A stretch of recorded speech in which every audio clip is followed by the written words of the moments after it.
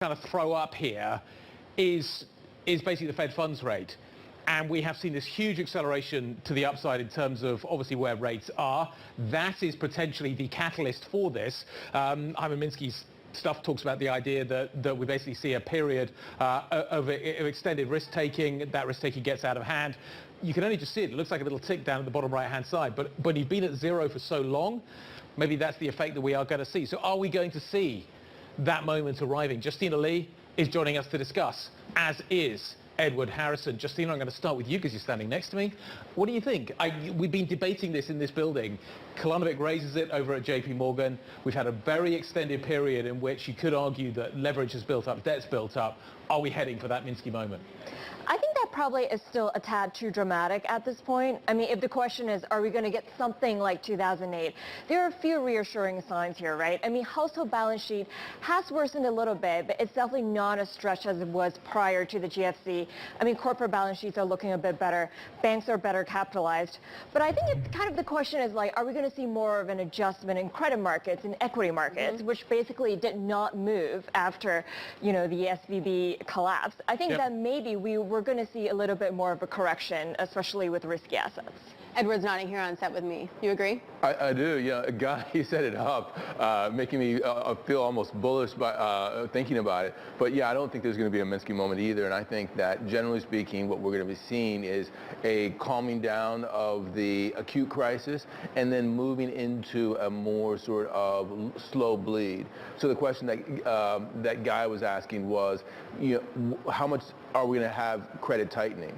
Because, you know, I was looking at these small and regional banks, and they basically are offering nothing to depositors in terms of rates. So there's going to be a bleed away from those banks into money market funds, into safer banks potentially, you know, i.e. the too big to fail banks, and that's going to be a slow bleed. To the degree that we have a recession, they're also going to have to take more loan loss reserves onto their balance sheet. Is that how things normally work? We've been discussing for the last few months whether or not we're going to get a soft landing, whether or not we can manage this whole process in a controlled and easy to kind of finesse sort of way. And I'm just wondering, Edward, whether or not you still think that is a possibility. Are we still heading for that soft landing? Does everybody have the time they need to make those adjustments? If we do see a credit event, will the cascade effect work its way through the system and people will be forced sellers of certain assets in order to meet margin requirements elsewhere? That's the dark side. The light side is, yes, we can adjust easily and sort of softly and we get that lovely soft landing. Do you think that soft landing is still real? You know, I don't want to sound pessimistic, so I will say that I do think it's real, but if you look at the evidence, it hasn't happened for the most part. I think really the mid-1990s is the only time that we've seen the soft landing. If you think about the 1980s with the Latin American debt crisis, the oil shock that came down, S&L crisis, we had a commercial real estate crisis and a junk bond crisis in the early 1990s. You know, every single time that the Fed has hiked rates, except for maybe the mid-1990s, it's ended in a crisis of some proportion. So, Justina, to that point, I'm wondering then how much of it is fear versus reality and sort of how then you price that. Because in the fund manager survey, they were saying that everyone is overwhelmingly concerned about a systemic credit event that would be maybe in probably U.S. shadow banking, then the corporate debt market, then developed market, real estate. And I wonder, like, how do you then price that in the market, the fear versus reality?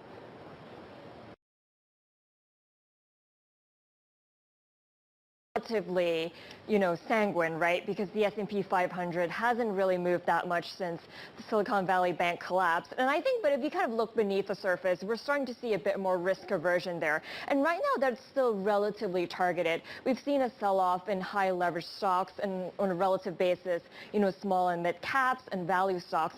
And interestingly, there's been a lot more support for big tech names, you know, like Microsoft, like Apple. Like that's a big reason why the S&P 500 has seemingly stood so firm. It's because as bond yields came down, people actually became a bit more positive on those big tech stocks that maybe are not as vulnerable to an economic slowdown. But even with all of that aside, I think within the equity market, within the credit market, you're starting to see more differentiation there. Can we just talk about, just to kind of come to the end of this, have we ever seen a rate hiking cycle like this with this much debt? We've come out of a pandemic, which felt like a very peculiar event to most of us and generated a huge monetary and fiscal response after a period of elongated, an elongated period of very low rates.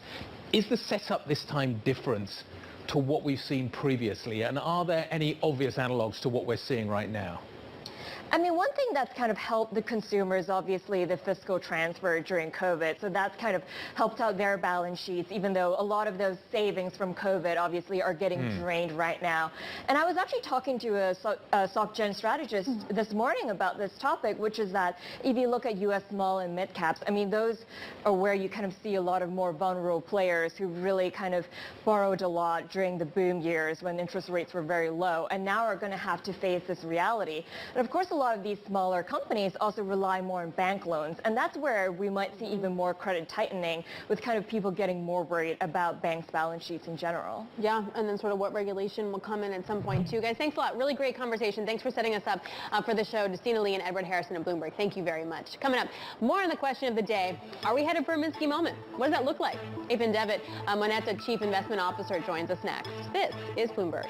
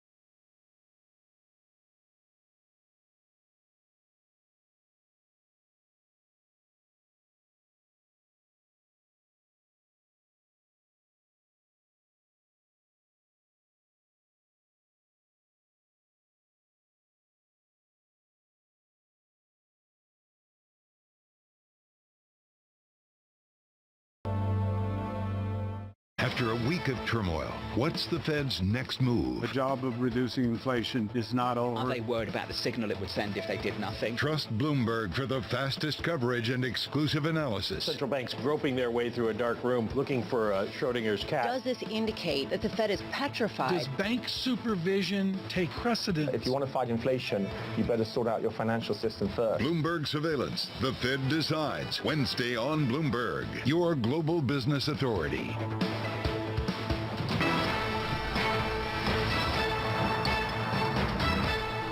Economy, and we are squarely focused on doing our job. And you should rest assured that we will remain vigilant. I look forward to continuing to work together. We're listening to U.S. Treasury Secretary Janet Yellen. She's speaking before the American Bankers Association in Washington. We're going to update you on more of those headlines as they cross. She just finished up her opening statement talking about how the banking system is safe and sound and is integral to the American economy, and she's focused on doing her job. So there will be a Q&A. We're going to update you throughout the hour on that, which really sets us up for our question of the day, which is, are we headed for a Minsky moment? The market this moment might be telling you no, but are we headed for it? And what does it look like? And where will you see it first? Ethan Divitt, Moneta Chief Investment Officer, joins us now. Ethan, are we headed for it? Well, a Minsky moment usually comes after a time of reckless speculation. And actually, we have not had a phase of reckless speculation. Quite different from 2008, when there was a subprime lending crisis and we had a lot of corporate solvency issues. This is actually the opposite to that, in fact. It was the most mundane, perhaps, banking behavior that has been carried on. There was a mismatch of assets and liabilities, clearly in the case of certain banks. But it is quite mundane to be investing in bonds, in not the most speculative bonds. Unfortunately, it was that inverted yield curve that caused this particular disconnect. So I wouldn't say we're coming to the end of speculation. If anything, we've been kind of running on fumes in the economy here as we cope with this higher inflation, as we can dance with whether it'll be a soft landing, hard landing, no landing, and we look to the prospect of what kind of recession we will have. I think actually it's the opposite of speculation that we've seen going on. There's been a lot of risk-off activity in markets, only occasionally with investors willing to dip back into equity markets after the year we had last year. Ethan, doesn't it really matter? Does it really matter if you look at which, you have to figure out which time frame you're looking at. If I think about 2008 onwards, we have seen a very extended period of very, very cheap money available to the economy. And I'm wondering whether or not taking a 1 year, 2 year time horizon really reflects the risk that has built up over that period. It's interesting. Let's go back to 2008 and look at, say, certain things like comparing the real estate market now to then. We haven't had that sort of subprime lending. We fought the last war. We got the regulation in place at the banks, and they were much more conservative about extending credit. So that is a completely different picture in real estate. Yes, office has changed. Yes, we probably had a little bit too much exuberance in industrial. But ultimately, the real estate market's in a lot better state than it was then. We've seen consumer spending expand with COVID. That was noted by your previous guest. We've seen that the support can follow through. But overall, the consumer has not been overly indebted either. And as far as I was actually saying how well the banks were stacking up until this recent upset, because they weren't extending too much credit, and corporate balance sheets were also relatively robust. So I'd say, yes, long-term, short-term time frame really matters, and that has to be on the mind of the Fed as they look to their decision tomorrow, because we still have some long-term structural issues that we're not done fixing yet. And I mean by that the higher inflation clearly and this ebullient economy. The short term, the collapse we're seeing in confidence in the banking sector, should we be dealing with that through a reversal in Fed policy? I don't think so. So, Ethan, how do you then invest with that? Because I feel like this conversation would be very different if it was Friday. And we saw the decline in equities and yields were shooting lower, tons of money going into safe haven assets. It does feel like equities have gone nowhere fast despite all the negative headlines. So do you chase the rally on that when there's still so much more work for the Fed to do, as you were just saying, even if you feel good about where the rest of the economy is? It's interesting, even though we did have a pullback in equities on Friday, as your previous guest noted, we did have a still quite strong support for tech. We have to look at long-term trends. Trends such as AI, that's not going away. Those trends are very much still in place. We even saw a brief kind of gasp of life for Bitcoin again, which is the ultimate speculative asset. And we saw that, could have had its heyday last year and then has been in decline ever since. So I'd say that in terms of the where do we go from here, we look at the long-term trends that haven't changed. Inflation is still a factor. So you need to build in inflation hedging assets into your portfolio. That means equities too. Equities are not perhaps the most direct hedge against inflation, but they do loosely hedge inflation. Fixed income has provided quite interesting yields for the first time in some time without having to reach for excessive risks there. So that's actually still quite meaningful. I'd say if you look across the capital market assumptions that we're seeing from consultants and commentators, they're all higher this year than they ever have been. So that should actually put the investor in a good state of mind. The only difference is we were also saying that cash was no longer trash. Now with this question mark over the security of deposits, we are seeing a bit of a a panic emerging in terms of where to put that cash, but there still seems to be reasonable confidence in the money market funds that are in short-term government bonds. Do I keep my money in there at this point, Ethan? Do you think there are going to be better entry points into bonds or into equities? Bond yields have obviously come down pretty sharply. What am I doing with that, and what am I doing with the equity position that I'm looking at? Do I want to put fresh cash to work? I'd say this is a good time to put fresh cash to work, but very, very selectively. Stay away from financials at the moment. There's very little upside as this cloud is continuing to be, I suppose, deciphered by markets right now. I don't see upside there, but still some of the old economy stocks, such as say consumer staples, healthcare, nothing has changed there. The eye has been taken off them, but actually some of the trends that were quite meaningful in terms of why these value stocks flourished at the beginning of the year, none of that has changed. We have a tendency always to focus on the short term. These long-term trends are persisting. And in terms of where you put your cash in bonds today, yes, I'd say short-term government bonds backed by the full faith and credit of the U.S. government, a good place to be assured at least that they're backstopped right now. Ethan, great stuff. Thank you very much indeed. Always a pleasure. Thank you very much indeed for joining us. Ethan Devitt, Monitor Chief Investment Officer. Still ahead, Google releasing its AI chatbot Bard to the public. How will it shape up against the competition? We're going to go to San Francisco to try and answer that question next. This is Bloomberg.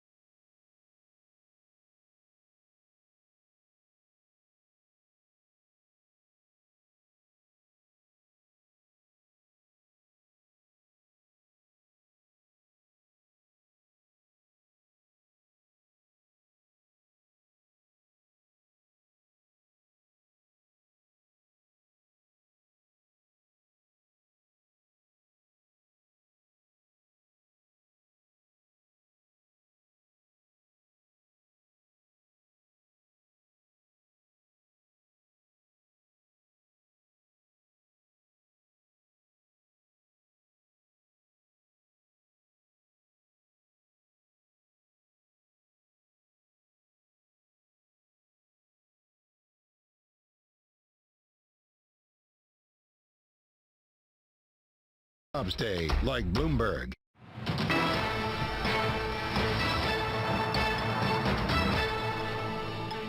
It's time for the Bloomberg Business Flash, a look at some of the biggest business stories in the news right now. I'm Lisa Mateo. Bloomberg has learned that Vanguard has decided to close its remaining business in China. The U.S. asset management giant has notified Beijing it will shutter its union in Shanghai, abandoning a $3.9 trillion fund market. It's also exiting a joint venture with Ant Group. Vanguard's peers such as BlackRock and Fidelity are still building out their Chinese operations. Rent increases for single-family homes in the U.S. slowed down in the 9th straight month in January. That pushed the annual rate to the lowest since the spring of 2021. According to CoreLogic, the typical rent for a single-family home rose 5.7% from a year earlier. Orlando led the way with an 8.9% increase, followed by Charlotte, New York, and Boston.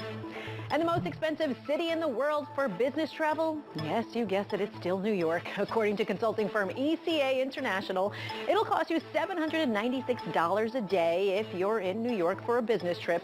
That includes 4-star hotels, meals, taxis, drinks, and incidentals. The next 4 cities on the list: Geneva, Washington, D.C., Zurich, and San Francisco. And that's your Bloomberg Business Flash. Alex. Lisa, thanks a lot. That's insane. Take a train. All right, it is 22 past 7 on the West Coast. Let's get to the startup where we cover the top tech stories from the Bay Area and beyond as Silicon Valley starts its morning. Joining us now, Bloomberg Technology's very own Ed Ludlow. Okay, Ed, the latest news is that Google is releasing Bard to the public and opening that up, but they're still behind its competition in doing that. Walk us through the move here. Yeah, and they're doing it sort of safely and conservatively as well. So you'll have to sign up for a wait list in the United States and the UK, and they will do additions to Bard access on a rolling basis. But the story here is that Google has been working on AI in-house for a really long time in a lab environment, but they've been more cautious to put it out there in the public domain. And you'll remember back on February 8th, 48 hours after releasing a promotional video, which we're now showing on our screen, that exact video, the market realized 48 hours after the video on your screen was released, it contained an inaccuracy. The net result was that the stock fell a lot because people were concerned about this issue when it comes to AI. So, you know, Google's been catching up with OpenAI and Microsoft in this respect. They're definitely doing this safely. They're going to limit the number of interactions initially and then increase it over time, as well as onboard people slowly. But it's an interesting move. I've signed up. Cool. I look forward to hearing your early experiences and how quickly you get on. Ed, in theory, Google has the data to make this work. Exactly. Is it going to have an advantage in this space? You know, I've spent weeks now speaking to academics, venture capitalists backing early stage AI plays, long-standing players in the tech community who are in AI, and they all point out that your AI is only as good as the data sets that are feeding it, right? Google has a higher quality of real-time data because of search, because of maps, and that's what they're really leaning into, that the accuracy of their answers can be greatly improved because it's contemporaneous, the information that's being input into the large language models. Now, of course, as we're showing on the screen in that video, they did make a mistake. They made an inaccuracy in that demonstration video. And again, I just underscore, they're rolling this out in a really conservative and staggered way, initially limiting the number of conversations that you can have with Bard for that reason, for safety purposes. But that's at least what the general wisdom is when it comes to Google, while acknowledging they're playing catch up. Do investors value this stuff right now when it comes to the stock? Like, how am I supposed to look at that? Yeah, I think there's certainly positioning to be in the public markets, at least, to be in names that you think will be able to seize momentum. NVIDIA is a really interesting name, for example, because many analysts see NVIDIA being a key beneficiary from all of the infrastructure investment that's going to be needed on the compute side of powering large language models. It makes semiconductors, right? And it also has some software relevant in that space. You know, overnight we saw ChatGPT go down. There was a bug in the open source software which led to users seeing other people's search history on the interface. Now, I didn't see any equity market reaction. Of course, OpenAI is a closed profit private organization, but it has very close ties with Microsoft and now a number of publicly traded companies. We didn't see any nervousness in reaction. So I think investors have sort of calmed down a little bit in terms of how they played it. Remember the euphoria at the beginning of the year? We saw some quite obscure names, sort of tangentially linked in some cases to AI, see massive triple-digit gains because there's this FOMO element about being invested in the right places. Ed, great stuff. Thank you very much indeed. Ed's on the list. We'll see how many other people sign up. I'm sure it's going to be a bit of a rush, bit of a gold rush to get in there. Okay, in around 90 minutes time, Ed and Caroline are going to be speaking to Kathy Wood of ARK Invest. That's on Bloomberg Technology.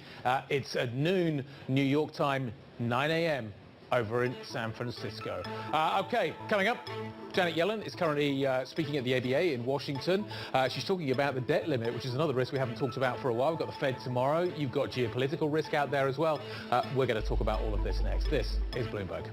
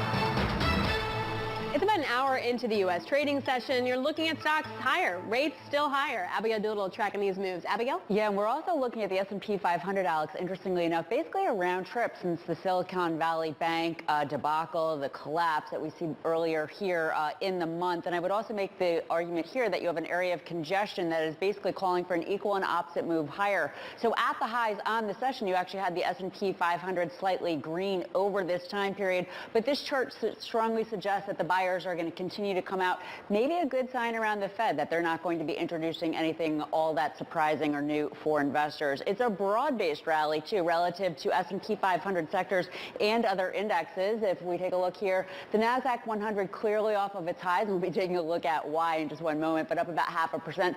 Small cap, though, doing great. Transport's doing great. And then take a look at the regional banks, up 4.7%. This has everything to do with yields higher. A two-day chart of the two-year yield is really pretty extraordinary. We're looking at a backup of, at this point, off of the highs to some degree, about 29 basis points, back above 4% in a very short period of time. That's hurting tech a little bit. Investors having a little bit of a harder time digesting that. Still, those stocks are higher, so not so bad, but really helping out not just the smaller banks, but the big banks. In fact, there is the idea, Guy, that we're going to see more volatility here. If we go into the Bloomberg terminal, we are going to see here for, on the top panel, regional banks, big banks. What we're looking at are the regional banks in white, implied volatility over the 10 days, over the next 10 days in yellow. And here we're looking at a similar relationship for the BKX, or that KBW Bank Index, and implied volatility. The larger bank, the more smoothed out bank index, Guy, less volatility.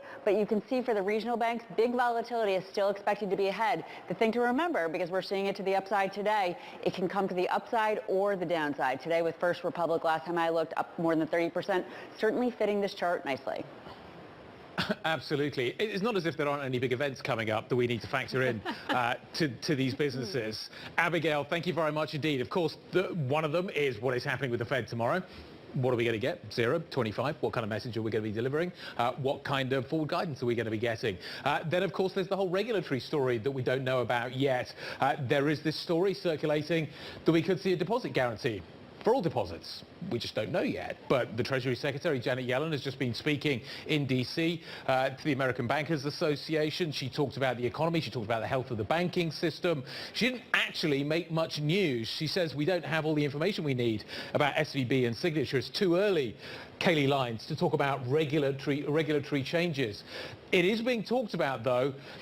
Is that because it's going to be hard to make those regulatory changes? How hard would it be, for instance, to guarantee all those deposits? Well, there's a massive legal question there, Guy, because really changing FDIC limits is with the authority of Congress, and there is a massive question on whether you would find enough bipartisan support for something like that. Given that we have had lawmakers on both sides of the aisle expressing support for the idea of changing what that insurance limit is for the FDIC, but you also have had some pretty significant pushback, including from the House Freedom Caucus, which put out a statement yesterday essentially saying that that is encouraging bad behavior if you were to either imply or directly insure all deposits in the U.S. So it is a very difficult political question as to whether this can actually even be done. Now, we understand from Bloomberg's reporting that the Treasury is looking at potentially if it can use emergency measures in its exchange stabilization fund in order to do this, but I would say this is all just currently being looked at just in case. They don't necessarily think that they are going to need to use it, because as we heard Janet Yellen saying at this ABA event in Washington today, they do think the situation is stabilizing, though they're still on watch to act again if they need to. Yeah, do you have an idea of like what that would look like? I mean, you say on watch, you know, she's saying the banking system is strong. A week ago, saying the banking system is strong was definitely not cutting it for the market. Right. I mean, they're definitely still trying to project that message of calmness. It is a question of whether the market is feeling that exact same calmness. I mean, you look at First Republic, for example, which is probably the bank in primary focus, not just for market participants, but for regulators as well. That future very much in question. But essentially what the Treasury Secretary said was they are going to remain vigilant over the coming days and weeks. They are going to be watching. And should there be a smaller bank that is facing the same kind of difficulties that could spread into wider contagion, they wouldn't be afraid to act again with similar measures as we saw them take 2 weeks ago in making the depositors of Silicon Valley Bank and Signature Bank whole. The FDIC, the Treasury, the Fed jointly taking that action. They're still standing at the ready. We'll just have to wait and see if they actually have to move.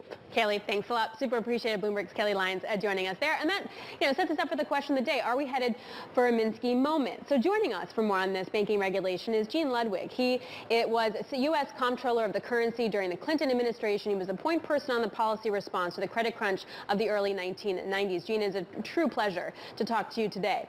Do you think we need full backing of the government for all deposits right now?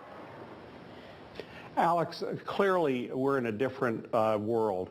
It's really a media-driven world that we're living in, and it's much more immediate. And as the government looks at the new tools they are going to need to deal with this new environment, increased deposit insurance is one, for sure, making the discount window much more available and much less stigmatized is another, for sure. But there are other things. One thing that's come to my mind is some kind of circuit breaker mechanism whereby one can basically have a cooling off period. Because we've got a situation that's much different than we did in 2008. Sorry, Gene, good morning. It's Guy. A cooling off period. What do you mean by that? Well, Guy, the mechanism that we have right now, whether it's started by a short seller, somebody who would benefit economically or not, or we have the use of media, including social media, that can create almost instantaneously a panic. And when panics erupt, you don't know exactly where they're going to go, but they're terribly destructive, and they're like wildfires. They're very fast. For the regulators, an ability to basically cool things off, whether it's very short-term, complete deposit coverage, whether it is other mechanisms that give a bank holiday, almost the way we did in the 1930s, to give a chance for the regulators to act. Slowing that contagiin down will benefit, I think, the regulators in being able to come up with appropriate mechanisms for the long haul for that institution. Would that just create more panic, though? I mean, I hear you that this is the first kind of run in a bank that we saw in the digital era where you could just press a button and move your money. So it was a lot different than having to line up and get it. But does that just create more panic? Alex, you're absolutely right. These are complex questions, and for the government to basically determine which of the tools it wants to use when is going to be something that they have got to look at with incredible care. But I do believe the government ought to have the widest array of tools that it possibly can, because the world is changing rapidly. These situations are not totally able to be viewed in advance. So we want to give the regulators a maximum amount of flexibility. And Dodd-Frank actually did the reverse, which is very unfortunate. If we were to put these into place, if the regulators were to have these tools at their disposal, what does the other side of the ledger look like in terms of the regulation that would be required for these institutions, Gene, in terms of what they're able to do, how they're able to run their business models, how much capital they are able to have, and how much insurance they have to pay into the regulator as well? What does the other side need? What needs to change in terms of the way we treat and regulate banks right now? Well, I actually don't think that we need to be more onerous in terms of our regulatory environment. Dodd-Frank is a hugely impactful piece of legislation. And in any case, regulators have had for, I think, a century, a provision in the law called 12 U.S.C. 1818 that allows them to do anything they want, either in the short or long term, if they believe there's fundamental safety and soundness at risk. So there's a lot of tools there. And piling more burdens on, I don't think gets us there. I don't think it necessarily improves things. I think the regulators have to figure out what Yes, go But ahead, Gene, please. but wasn't part of the problem is that some of these banks were under that cap, so they weren't subject to the same kind of stress test rules that other big banks were, and if they had been, they would have caught some of these liability mismatches a bit earlier. No?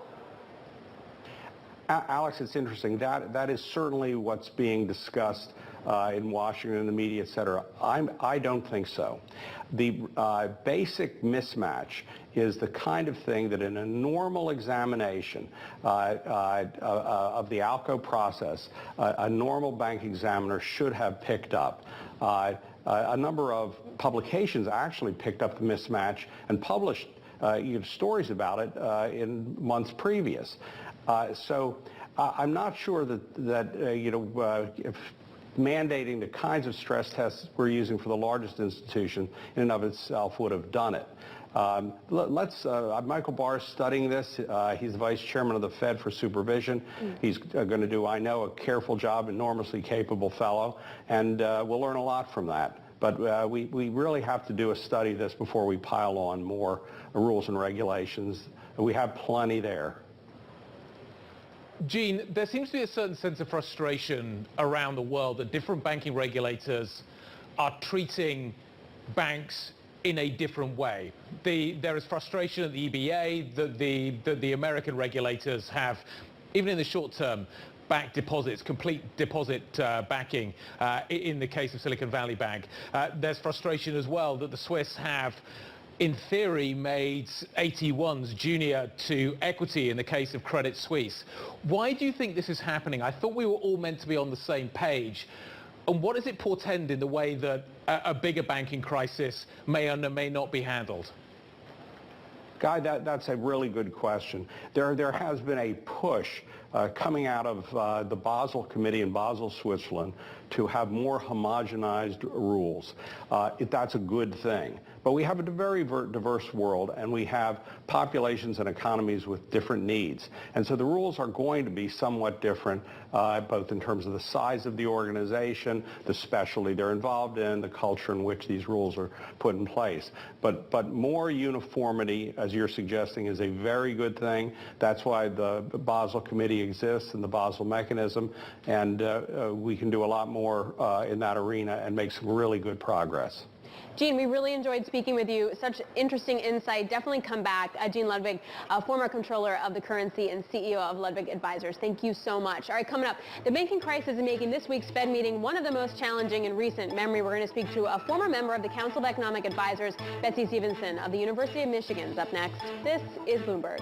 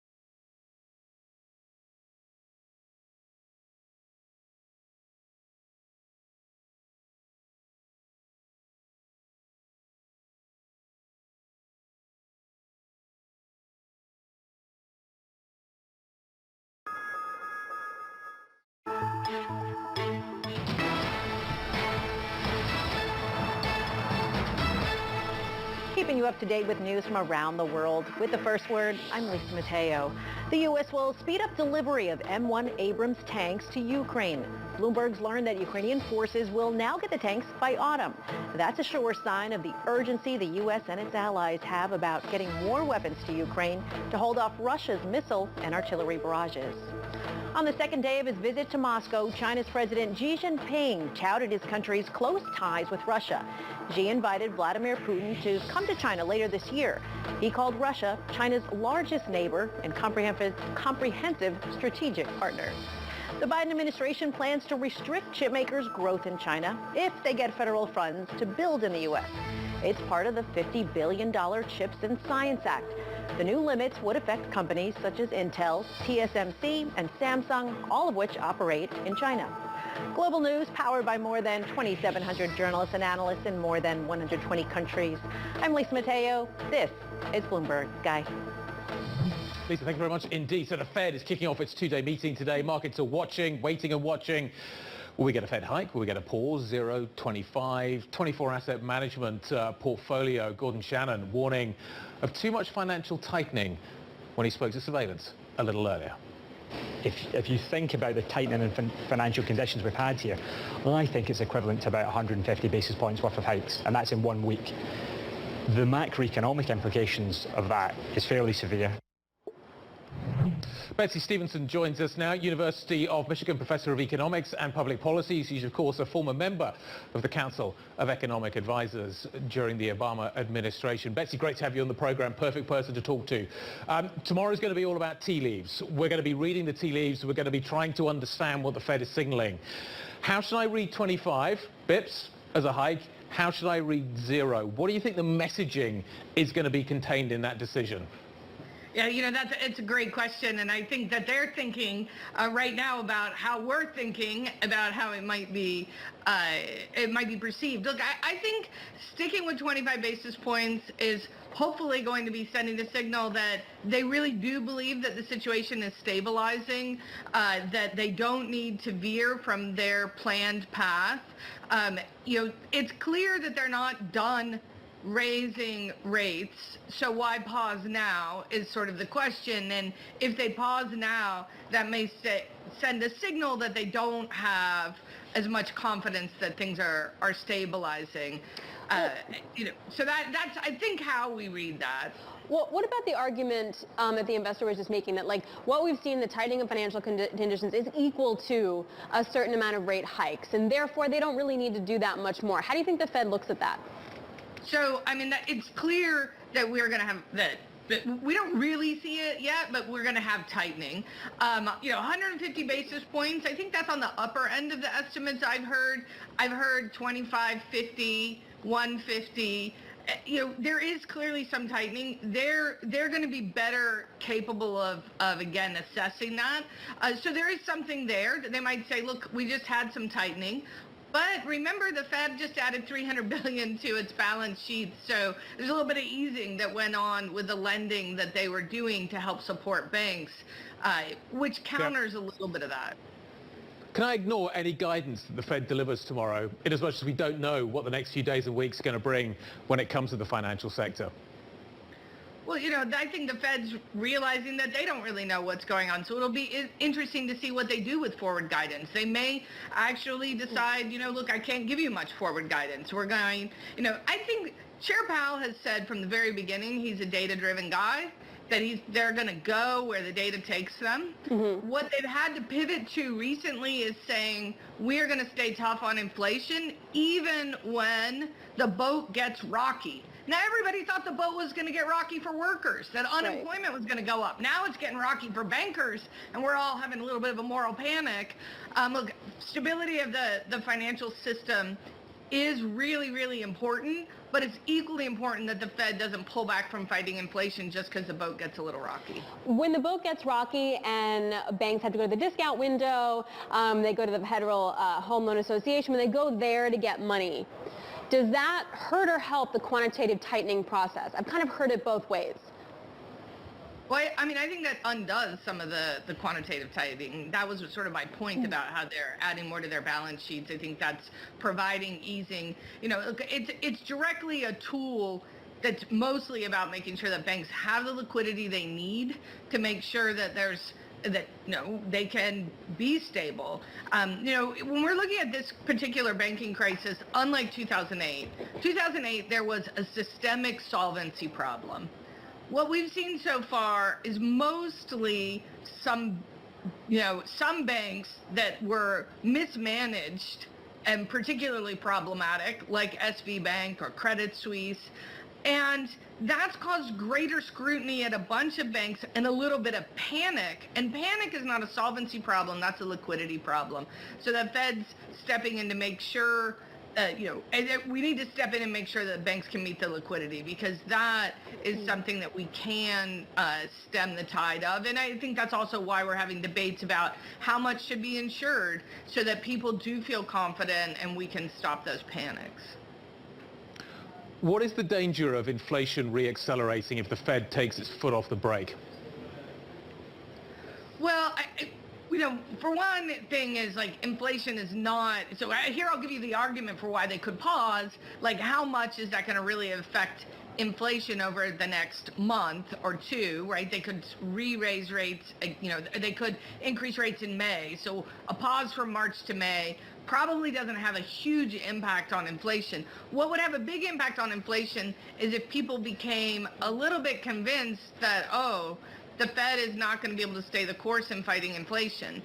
And then if we started to see inflation expectations rising, then we start to have problems, and the banking system will have even bigger problems from that, right? If everybody thinks inflation is going to be higher in the future, that's going to change the value of the bank's assets that they're holding right now just as much as the Fed raising rates could. So I think that is why the Fed has to think really hard about what do they need to do to fight inflation. And that's what they're talking about right now and trying to figure out, does that mean a pause today and we restart, or does that mean we stay the course? Either way, we got to get inflation down. Yeah.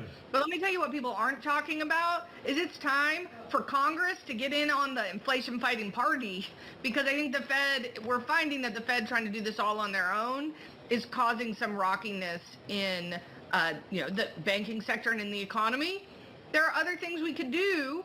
I think the Fed needs to stay their course, but it would be great if Congress could join in with some of the actions they could take to fight inflation. This was meant to be the last question, but in 10, 15 seconds, just give me 2 or 3 things Congress could do. Immigration reform would ease labor supply shortages, making sure they raise the debt ceiling right away, and removing tariffs would be another. Excellent. 30 seconds, 3 things. Betsy, fantastic. Thank you very much indeed. Betsy Stevenson, University of Michigan Professor of Economics and Public Policy. We really appreciated that. This is Bloomberg.